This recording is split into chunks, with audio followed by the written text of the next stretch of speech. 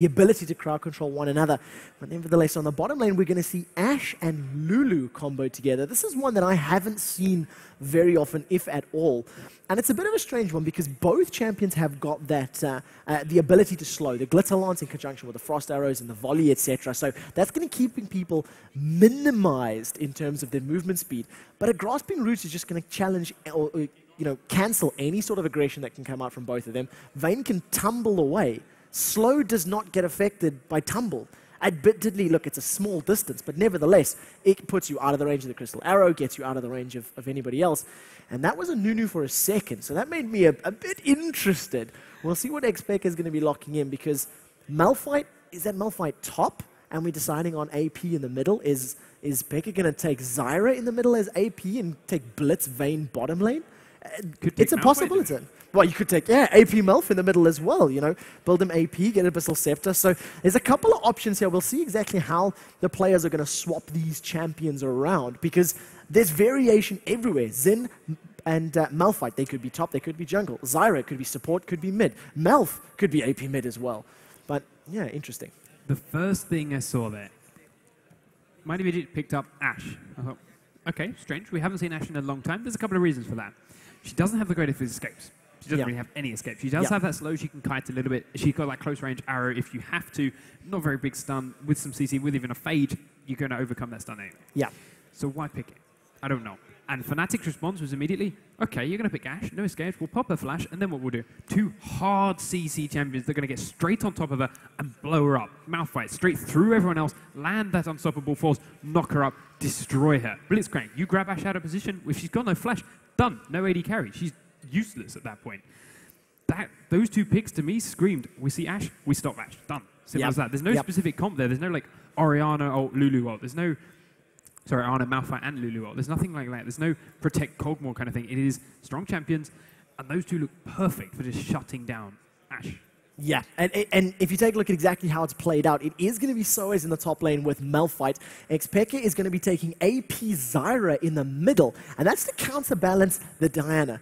Now, it's an interesting pick because it can also go either way. You can see the Grasping Roots being able to hold Diana in place and prevent her getting in range to land those melee attacks. But on the flip side, if a Crescent Strike is landed and applies that Moonlight onto Zyra, it's just going to be Moonfall, or Lunar Rush.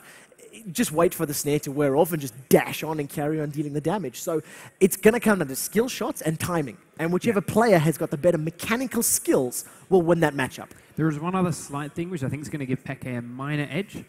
Her range. Simple as that. She can snare from a long way away if she needs to. She's going to stay out of range of those Crescent Strikes for quite a while. Not going to take too much of the poke.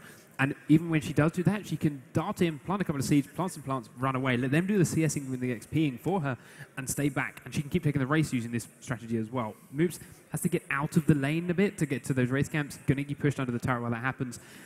Should be able to stop him from roaming quite so much as well. Keeping that constant push in under the turret using the Zyra abilities means Moop's going to be held in that lane or losing the turret over and over again. So there's a slight thing there, but as you say, if that Crescent Strike lands, if Moops gets that opportunity, Zyra is not a very tanky AP mid and can get burst down very quickly. You've already touched on the bottom lane, the Blitzcrank Vayne. It can absolutely destroy an Ashe, especially if there's no flash available. The top lane, it's going to be Malphite versus Shen. I think it's going to be a bit of a farm fest. Malphite, if he gets some ability power and he gets some harass down, he can put himself into a position where he can blow Shen up, unstoppable force into ground slam, etc. But it really takes a lot of work to build that up, and especially because Shen can sustain. He can get that Vorpal Blade out, he can get some of his HP back, and he can block off some of it with a feint. It doesn't cost mana. Yeah, and as you say, he's going to get the sustain, he's going to have that Vorpal Blade, he's going to have that. The big thing from that is that's magic damage. Yeah. Malphite is a very armor-based tank. Yes, okay, you're going to build some magic resist, it would be silly not to. But do you really want to itemize that far into magic resist just to survive your lane? Yeah. And then get sacrificed and destroyed in the late game by Ashe? Because, okay, yes, she's very low on escape, she is quite squishy, but she does have amazing late game damage with an Infinity Edge and Phantom Dancer complete. So you're not going to completely neglect that. Yeah. Well, we are into the game. This is the final one of the day. The hall here at the Extreme Dream Arena at Dreamhack is slowly filling up. So I want to see who is awake and who... Oh, take a look at that. As I'm busy waffling, Shipper forced to flash over the wall, get to safety. Who here thinks Fnatic is going to win this game? And who here thinks Mighty Midgets are going to win the game? That was actually a louder cheer, and that is what I like to hear. That was a louder cheer than we got for Curse. That is, a little bit of playing for the enemy team there, Panky.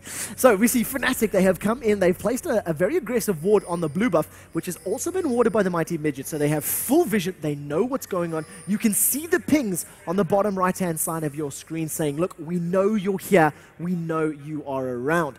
We can see that Panky is on top of things, and he has already readjusted the scoreboard, so thank you for that one.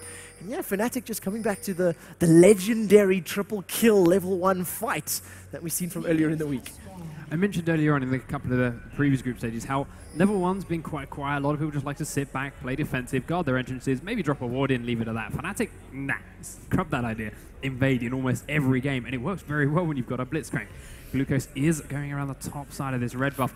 Fnatic, however, on the wrong side. They're not even going to see him. They haven't got vision up around this corner. If he comes out through that gap, they're not going to see it coming. Rekkles now does dart far enough there. Has he gone the right way though? He's actually gone straight onto the red. They're going to just steal it over the wall. But now he knows. He knows this is gone. Is he going to try anything for it? Not quite. They're just going to interrupt and let it go. While in the counter side, 760 stealing the other red buff away. Soaz comes in to try and be a little bit annoying, but you're not going to outdo a smite at level 1. Soaz 760 does comfortably take that and start to make his way back towards his own jungle. And immediately, like you pointed out at the beginning of the game, Malphite, he prefers to prioritize a form of armor. You can go something like an Abyssal Scepter on him that's going to play into his favor, but he's a bit more of an anti-AD carry type of champion. His Ground Slam slowing the attack speed, building HP, building armor, and of course his Brutal Strikes will scale off armor as well. So they've put him in a 1v2 lane. He's not going to be the best at 1v2, and especially if he has to use a lot of mana to farm up under the tower. But he's going to be in a very similar position to what Shen finds himself in. Well, look at the poke there from those auto attacks and the little Pix lasers going pew pew and shooting it out. Shen and Malphite, both of whom are going to be struggling to pick up last hits. Who do you think is going to be a bit better at it? I don't know. We'll have a look in a moment, but we do have Cyanide stealing this red buff. He actually got it pulled for him by Peke. So the Mighty Midgets know this is happening. They know it's going because the moves saw him leave the lane. 760 seems okay with it. They also brought in Rated in here just for a little bit of protection, just playing as a bodyguard to make sure he got away fine. And yeah, Mighty Midgets happy to let it go. They already got one red buff. 760 not too far behind. If he went in to try and take it, he'd risk giving up first blood.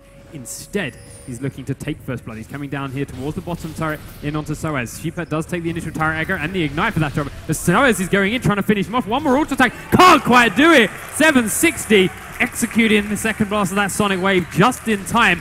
Chip up does get out of that health potion ticking, beautifully executed, but it was ultimately a nice try. It walks face first into Cyanide. He's double buffed. It's going to land Audacious Charge. The slow, the red buff ticking. Fnatic with an immediate reply.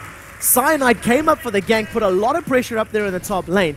And the thing that's scary about this, 3 CS for Shen, 1 CS for Malphite. It's going to put them so far behind. Shen is level 1. Malphite is level 2. Did you see the number of creeps that was lost on both sides of the map, top and bottom, to the tower? It was huge waves on either side, and that's why those kind of ganks are so powerful. You can lane swap that, you know it's going to get pushed in, you know there's going to be a big wave there because they cannot get close, and they're going to try and do it under the turret. So, do what damage you can to them at that point, or bring a really strong early game jungler in the likes of Xin'Zhao or Lee Sin. Wait for them under that turret, try and kill them. At the very least, okay, if you don't kill them, don't give up a kill, but there's going to be creeps killed in the process of that. It's going to put them back and at least allow your AD carry in that situation to harass them a little bit harder. Glucose comes back to lane, goes a little bit too far forward. The knockout goes out. The grab does land from Enrated this time. Taunts away from it. Enrated going to tank the turret. Rekkles is going in. He's going to flash forward. And with a third block of True Bolt, they do manage to get the second kill of the game. So Enrated a little bit better on his hooks this time round, but he's not out of the woods yet. Moops and 760 are coming up the river. They have been spotted and pinged. Rated does go and hide behind the creeps and actually doesn't want to go back to the turret yet. Coming in to protect Rekkles. There's the Crescent Sweep goes in. He's going to come straight out. The moonfall not going to happen as he grabs him away. Brilliant grab actually cancelled the moonfall, but Rekkles is going very low to 760. He will fall to the last tick of the ignite from Moops. The Cyanide is chasing him down for the rest of the lane. Does pick up the return kill. 3-2. 760 is now here. Peke has come to join him though from the bottom lane. Shen is on his way down. Nice dodge in that snare, but the slow goes down from the plant anyway. Exhausted tucked under the turret. Peke tanking the turret, has to get out very soon, and another grab from Enrated. does bring him back, but Cyanide will fall to the turret. The true damage doesn't come out from Peke in time. It is a double kill for Lee Sin, as a little bit too much turret damage is taken by Fnatic. And really, really awesome passage of play. Once again, back and forth, back and forth. Both teams putting on a show, and both teams doing very, very well. Lee Sin stuck in there. He got all the damage that he needed. He also managed to get away. You know, that last second dash just under the tower, it meant that Xin'Zhao had to go in for one more auto attack. Enraged is being very, very brave here. Ignite goes down. Vorpal Blade is out, forced to flash to safety. He should be able to survive that one with the mana barrier coming up. But, you know, again, great, great play from both of these teams, and just forcing these big high action, high octane moments. It's what we like to see, and hopefully if they keep this up, it's going to be an awesome, awesome game in the next 10 minutes. On top of that fact, and what worries me right now for Fnatic, they got a little bit too greedy going in for that Lee Sin, giving them that double kill to the turret. And Lee Sin, in the 6 minutes, in the early game, he is now 3-1. That's a terrifying thought. He does come in and smite away this big wraith from both Peke and Cyanide, who were both standing there. It's 3 plants somehow. But he doesn't manage to steal that away. He's going to have that early pressure set. He's already got that wriggled up at 6 minutes. And he's starting to make his way down here towards the bottom lane again. Yeah, one more auto attack onto this tower. It's going to go down. Soaz doesn't even have his unstoppable force yet. He immediately, his spider senses are tingling. The thing is, here comes Cyanide. Cyanide's walking in range. It's still going to be a 3 versus 2. There's no enchanted crystal arrow for Ashe either. So that's something that's very, very important. Now that Soaz is coming back, 760, he can smell the graphite. He can smell the rocks on Malphite's skin. He's hanging around. He wanted to kill. But unfortunately, he's just not overcommitting. Soaz knows there's something fishy. There's just something telling him not to do it, and he's deciding not to go forward. So neither of these champions have their ultimate just yet, but once Malphite does, he's going to be able to contribute a lot to a team fight. Compare the near level 6 Soaz to a level 4 Shen on the top lane. He really, really is struggling against this duo of Fnatic. Let's have a look at this mid lane then. We weren't sure quite how this is going to go, but at the moment, well, it's very, very level. Especially once Luke grabs the rest of these creeps, it should be flat bang even. But with this lead that Lee Sin's got, he does manage to go down to sneak in a very quick pre-level 6, 7.5 minute dragon. And we have a game on our hands. All of a sudden, my team Midgets, they're holding themselves not only with the, even on kills, they have the tower advantage, and they have a good gold lead. 2,000 gold from both of those global objectives that they have already picked up. RaidCall should be able to at least balance that a little bit by taking this top tower very, very shortly. But in the meantime, they're in a good position, and if Lee Sin can continue to put some kills on the board over the course of the next 5 or 10 minutes while he has this item advantage, it's going to put them in a great position going into the team fight mid-game. Check this. Glucose has been 2v1 the whole time. He's been getting the solo XP. Reckles has hit 6 first.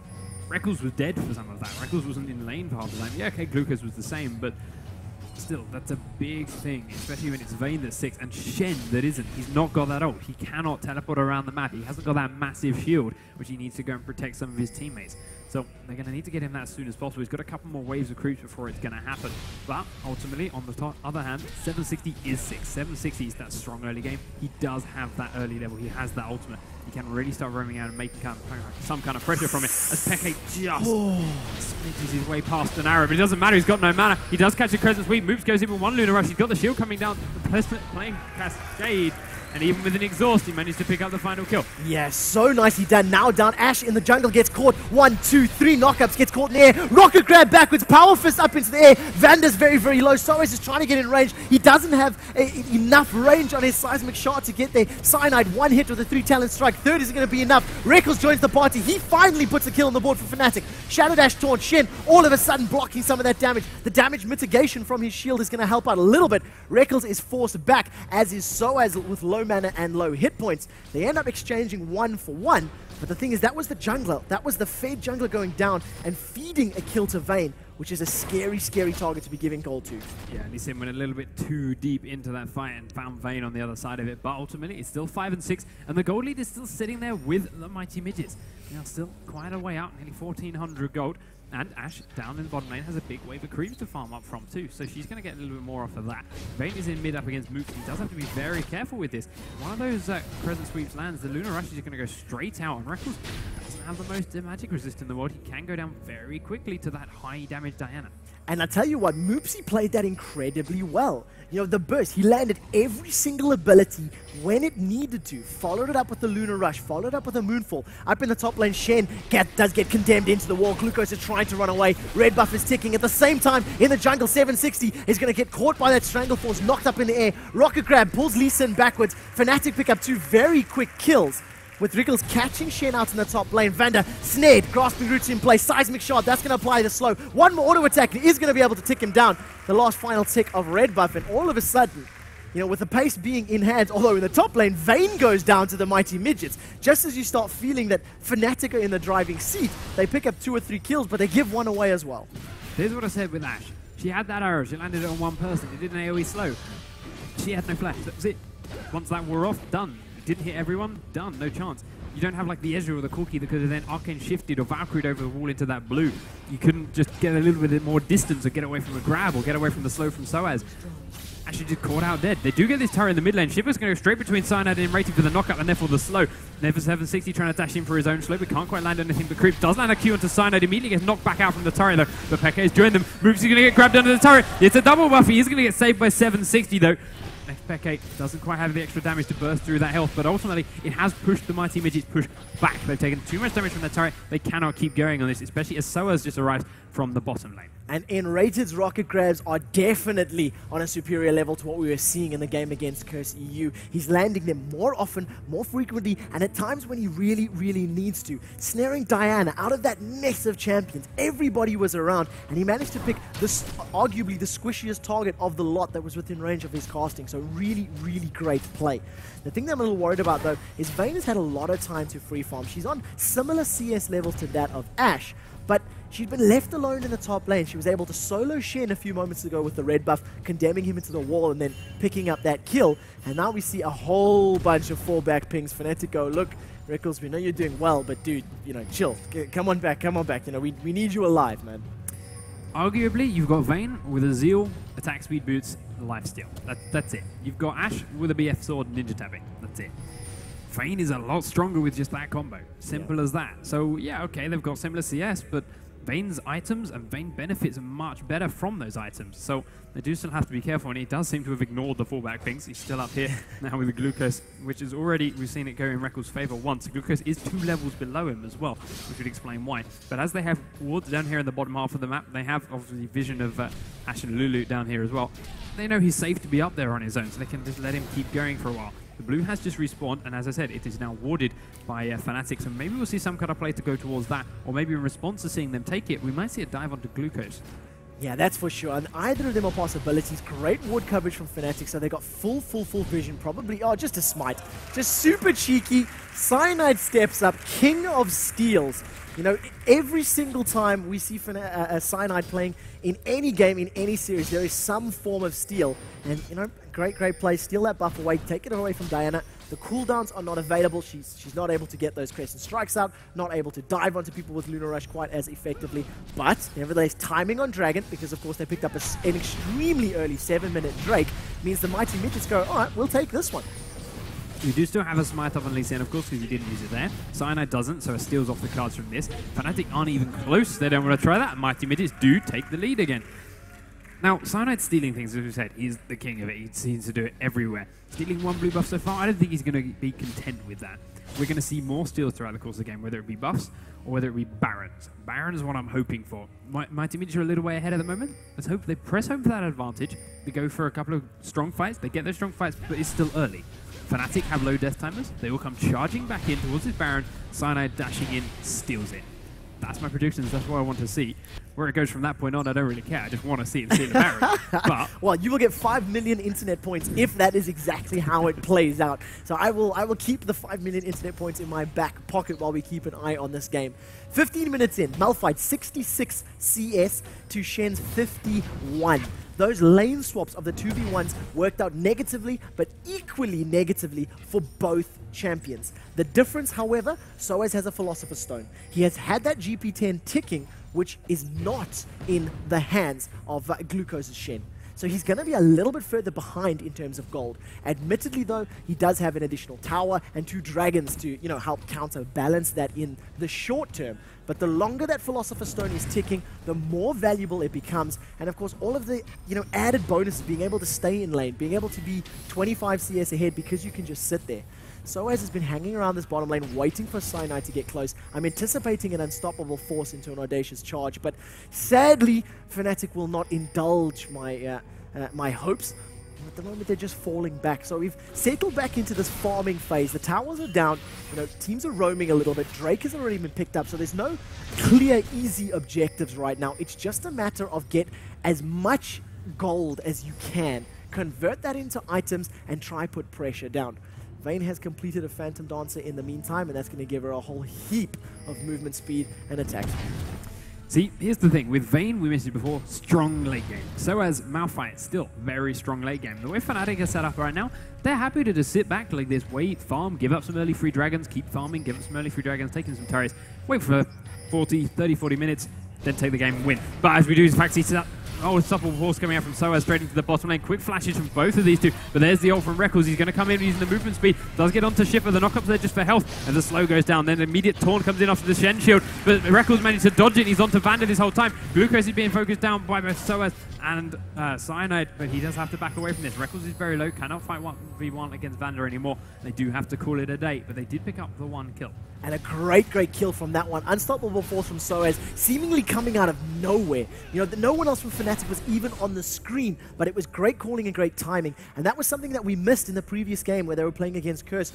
Committed to a fight about a second too early, Now we're looking up on the top lane, putting pressure on the tower with the Phantom Dancer and the auto attacks from Xin. It is going to go very, very low, but in the middle lane, it looks like there's an engagement. Diana's jumped all the way forward, trying to pick up another kill into Xpeke. Stranglethorns goes down, only managing to pick up 760, but it's allowed Moopsy some time to attack. He is going to be forced to flash away. Rocket Grab pulls him backwards. The slow from the little plants are still attacking.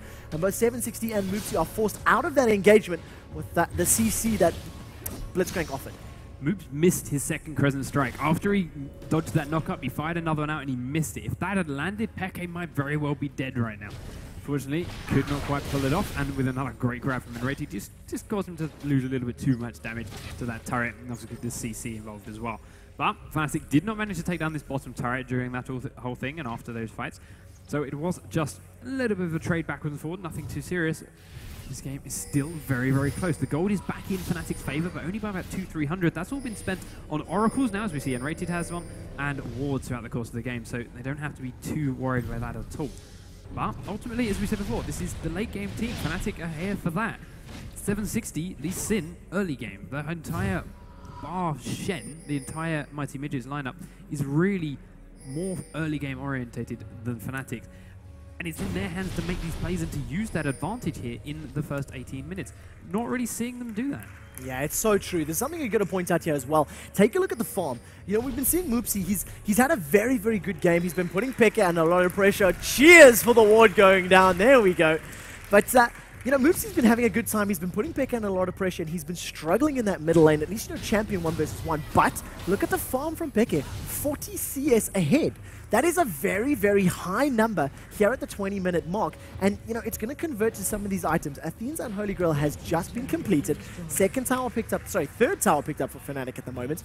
And, yeah, if Xpeke continues to farm this way, it doesn't really matter quite, how many kills they have. Unstoppable force through the wall. Seismic charge. Ground slam comes down, but nobody else is there just yet. Pekka was a little too far away, and all of a sudden they're in trouble. Moonfall pulls 2 of them backwards. Now that Cyanide's joined the party, Crescent Sweep is going to knock everybody back. 760 taking a lot of DPS. Wild Growth is going to knock him up. Now Enrater's joined the party. Going to land the Rocket Grab. Power Fist onto Lulu. Lulu's the target for Fnatic, but now they've turned their attention. Vayne is still not here. Vayne is the person you need to clean house. And now we see Rekkles coming in. Can he get the stun into Shipper? Condemn into the wall. Hunter of the Night going to use a tumble. Stealth is up. Picks up a kill. That's the first one down. Fnatic are going to keep this pressure up, turn their attention to the tower, and if they decide to stick around, Rocket Grab and lands! Power Fist to the face! While the Power Fist is going in, Seismic Shard picks up the kill.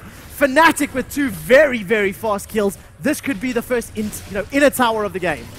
They're going to keep that push up. They've still got plenty of health on plenty of the champions. Rekkles hasn't got much mana left, but that doesn't really matter. All he's got to do is auto-attack. He does do that very, very effectively, and they will take down this tier 2 turret in this lane. No response at all from the guys on Mighty Midgets. They can't. They're not close enough. Glucose is trying to take the top turret while this is all going on. He's got a good wave of creeps, and he should manage to do it. But the dragon has just respawned. I don't know if Fnatic are going to go for this. We're going to see Enrated kill a ward instead. Fine, why not? They are going to give this a go. They can go straight into the dragon. But remember, Mighty Midgets have had it the last 2 times. They have just all healed because they just respawned, so they're going to be full health. They don't quite get here in time, though, and Fnatic do grab themselves their first dragon of the game, dragon number 3 for the total count. Yeah, 20 minutes in, 3 Drakes down, 6 towers down in the game, and 18 kills. It's definitely one of the higher-paced games that we have seen. Rekkles has enough money in his back pocket to pick up a BF sword, which you can see he has just done so, and that is just going to increase his damage exponentially. In terms of our 2 top laners who were crippled by that early game, you know, only 100 CS at 20 minutes, Crystal Arrow comes down and then Enrated just says, really? Well, thank you very much. It almost catches Rekkles, but it's not really going to be close enough, and just a tiny bit off, you know, just that little bit over-ambitious. Nevertheless, I'm going to put some damage down onto this middle tower. 5 members of the Midgets are here. And you can see Peke and Rekkles coming in on the minimap a little bit late. Rocket Grab goes out very close to Glucose, but it just caught the particle effect of the Sunfire Cape and not the character model itself. Yeah, Shen wouldn't have been the best target to go for that anyway, so we'd have had to see how that works out if it had landed. But lucky for Enrated, it didn't. Soaz now does have ult up again. Fnatic, though, aren't quite grouped up as they were before. We do see Xin in here taking red buff. Enrated has based and stood on the naughty step for a little bit for trying to grab Shen, but they've let him back out. He'll come and join them in just a moment.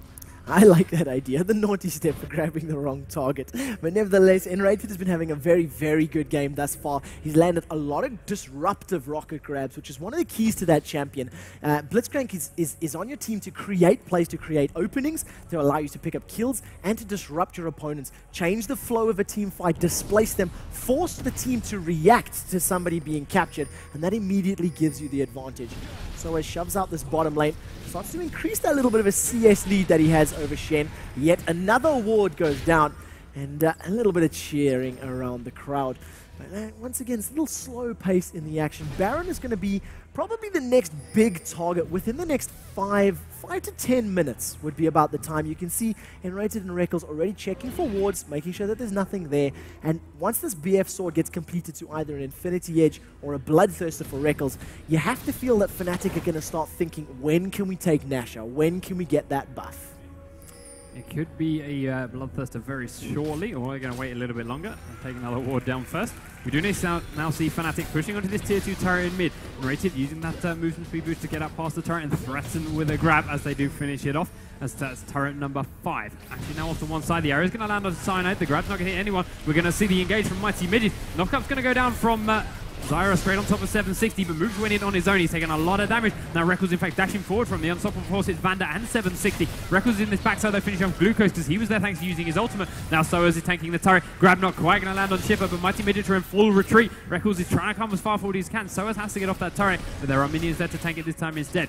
Fnatic all very low, though. Need to make sure there's minions here, otherwise they're going to take too much damage. Flash forward, dashing onto moves for Cyanide. One more attack thanks to red buff. Does pick him up the kill, puts him on a killing spree. And that is such great plays, almost identical to what we've seen on Maluno in the previous game. You know, just flash, audacious charge, get onto somebody. Then the damage from that 3 talent strike is really, really high. Another ward goes down and the crowd erupts. I'm just having a look at the numbers really quickly. Each additional attack is plus 100 attack damage on that 3 talent strike, with the exception of the knockup. You know, it's such great damage. Blue buff goes to Peke. They steal that away from the Mighty Midgets, and they're in a power position now. An exposed inhibitor, one more team fight victory, you know, with 2 or 3 members alive, means they can grab the inhibitor, and that means it's a safe Baron Nasha. Yeah, they exposed inhib. I wouldn't surprise me now if they go in for that. Mighty Midgets just back away and let them take it and say, okay, we'll use it, we'll get the farm, we'll try and do our best from that. But honestly, I don't think that's really the best play for them. They need to take this fight before they fall even further behind. They're down by 6,000 gold at the moment, and as I mentioned before, this combo, this Soaz, this Malphite, this Vayne, it's just too much come now, basically. Phantom Dancer, and he's going to get an Infinity Edge instead of Bloodthirster. So Mighty Midgets have to do something quick to try and gain that advantage back in their favor. As Enrated wants to go and kill this ward. Does use his ult, of course, to deactivate the passive, but he saw 760 on that side of the wall. 760 is going to land a key onto him. He's not going to activate it, but it's just a little bit annoying, that's all. Yeah, it's infuriating when you put that ward down, it's there for 5 seconds and somebody with an Oracle deletes it. It's very frustrating, but nevertheless, Vision is now there. Shurelya's Reverie has been picked up by Soaz, along with a couple other items. Needlessly large rod in the hands of Pick as Zyra. Infinity Edge is completed for Reckles, so the burst damage and the amount of AD that's going to be coming out of Vayne has just hit an all-new peak for this particular matchup. Over on the other side, Ashe is still struggling to complete either the Phantom Dancer or the Infinity Edge. Only the Zeal BF Sword and Pickaxe in hand. But we do see a Zeke's Herald in the hands of Lulu. So that's going to play into their favor. A little bit more attack speed, a little bit more lifesteal. And with auto-attacking champions like Lee Sin, like Shen, like Diana, like Ashe, it actually benefits all of them.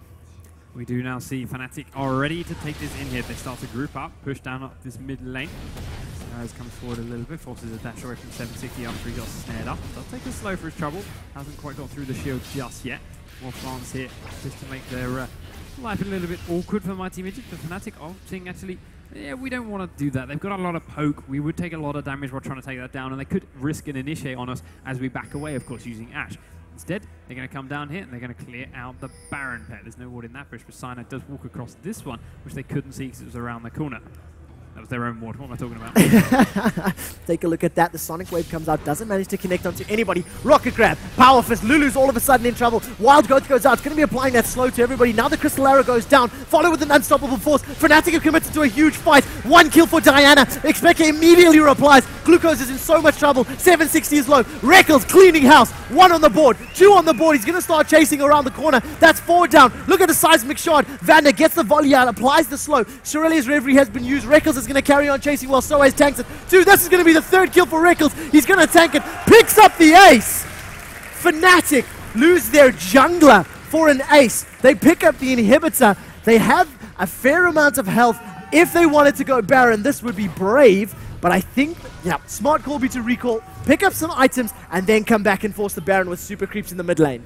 It started off, it seemed like a good fight for Fnatic. They got the pick, they started to take Shiva down very low, then they all got knocked up. Then the shield came out from Shen. Shiva suddenly wasn't taking any damage. The Ashe arrow landed down. Suddenly, Cyanide was very, very low into the front of that. He got picked off. There wasn't so much damage onto the guys from Mighty Midgets. Yeah, Fnatic seemed on the back foot. Then Zyra showed up. She got her snare down. She got her plants down. She put her ult down. Suddenly there was no health left for Mighty Midgets. They had to back away. And then Reckles came tumbling into the picture and cleaned house. So ultimately it did turn back in their favor. And that may just be a little bit too late for Mighty Midgets. Now that Vayne has hit that point, she's got 8 and 2 here. They are going to rush out onto this Baron. The Mighty Midgets can't see it. They don't know. But they must have a suspicion. Yeah, they're going to see how quickly this Baron is down. It's down to 4,000 health already. Down to 3.5, 2, 1, dead. And Cyanide doesn't even have to see it. And it was really good positioning there from Reckles as well. He didn't overcommit. The team fight happened and everybody was in that look, go, go, go phase. But he still hung back just on the backline, just enough out of the way to not be a target. And only once Zyra had actually joined in with all the CC did they commit to the fight. Another ward, they're just going to walk over it. So here's one going down. Let's hear some cheers for the wards being killed, guys. There we go. That's what we like to hear. And that's what we like to see from the Dream Arena. This is going to be the last game for today, but we're going to be back tomorrow with more games, and I hope every single one of you come back. Top tower goes down. Fnatic, they continue the pressure. Super creeps are on the mid lane. Ashe is not there to help her team because she's clearing out those creeps. And still, oh, look at the grab onto Moopsie. Moopsie immediately knocked up. Strangle Thorns goes up along with the Wild Ghost. Everybody's in the air. This has become an aerial League of Legends battle. Double kill for Reckles. Tumble, can he get the triple? No, it's not, because it's going to get stolen by Scumbag Soaz and Scumbag Cyanide jumping onto Ashe in the Nexus. That's going to pick up the ace, and this is going to be GG for Fnatic. Peke taking that turret to the last second, using his Zhonya's, and they're on to the Nexus. Last couple of wards get placed down. Fnatic will take this group 2-0. They still have 1 game left to play tomorrow, but they're looking good. GG!